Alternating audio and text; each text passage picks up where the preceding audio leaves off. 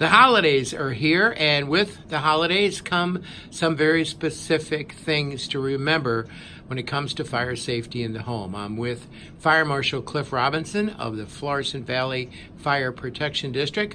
A big item when it comes to fire safety at this time of year, Cliff, is your Christmas tree. Yes, with live Christmas trees, we want to make sure that these Christmas trees are watered daily. Without watering them daily, you run the risk of them going dry, and they are a real combustible hazard there. And you want to keep all or any heating sources away from any potentially flammable area or materials at least by 3 feet. Yeah, we want to keep all combustibles at least 3 feet away from any heat source.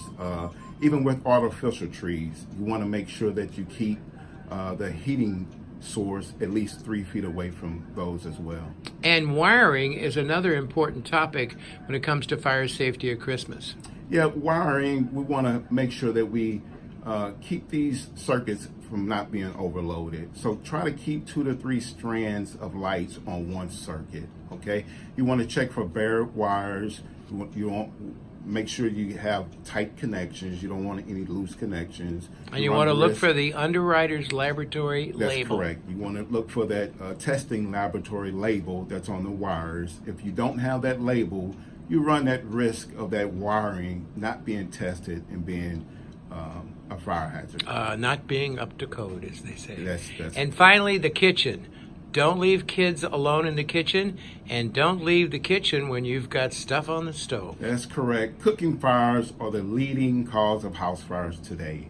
When you're cooking, make sure you stay attended to that stove or oven, or just stay in the kitchen. We don't want anybody having any issues over the holidays here from cooking. Absolutely, and the kitchen's one of the most important rooms in the house at the holidays. Yeah, and we want to make sure that we, if you're using candles, you want to make sure the candles are away from any type of combustibles. Use a battery-operated candle instead of a candle that requires you to ignite it. Absolutely. Yeah, and we're pushing here.